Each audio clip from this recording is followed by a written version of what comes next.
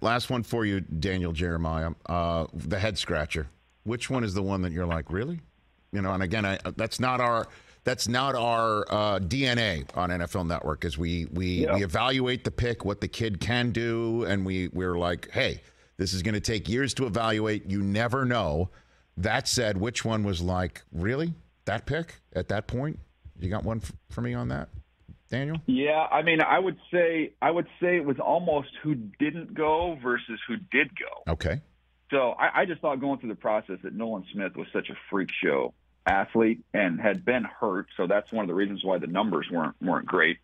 But, you know, he jumps off the screen when you watch him there at Georgia. So the fact that he was down there at 30 where the Eagles got him, to me, that was probably my biggest head scratcher of the first round. And I've got Brandon Beane coming up. You were saying as the Bills hopped up in front of the Cowboys, who we knew were tight end interested in the draft. You're like, you warned the league, don't let the Bills draft Dalton Kincaid, and that happened.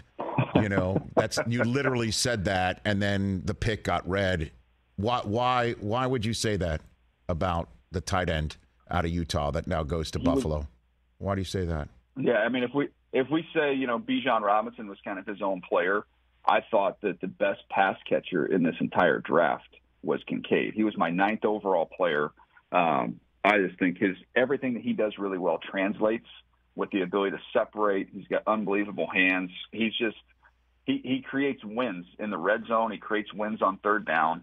And you made an astute point about, you know, Josh having some turnovers down there in the red zone. Yeah. Well, it's going to get easier. He's going to make his life a lot easier down there because he can really uncover. So I just thought you've got a premier young quarterback and a draft that maybe lacked some of the juice with pass catchers.